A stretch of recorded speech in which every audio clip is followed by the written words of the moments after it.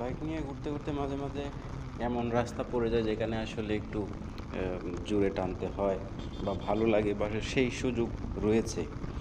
তো অনেকেই মনে করেন আমরা যেহেতু মোটামুটি সবসময় স্ট্যান্ডার্ড লেভেলে গাড়ি চালাই, যে আমরা হয়তো জোরে টানতে পারি না এরকম।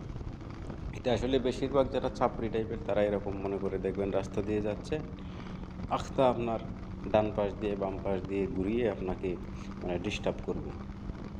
তো এরা হচ্ছে লং জার্নি তো করেই না, আর বেশিরভাগই হচ্ছে বাবার টাকায় বা অন্য কারো টাকায় বাইক কিনে সেগুলোকে কীভাবে নষ্ট করা যায়, মানুষের সাথে দুষ্টামি করা যায় সেই টেনশন নিয়ে থাকে। তো এই জন্য সকলকে অনুরোধ করবো সাবধানে বাইক চালান, জোরে টানার জায়গায় জোরে টানুন, আস্তে টানার জায়গায় আস্তে টানুন, অর্থাৎ পরিস্থিতি বুঝে গাড়ি চালান। কারণ কারো জন্যই দুর্ঘটনা কাম্য নয়, আর একটি দুর্ঘটনা সারা জীবনের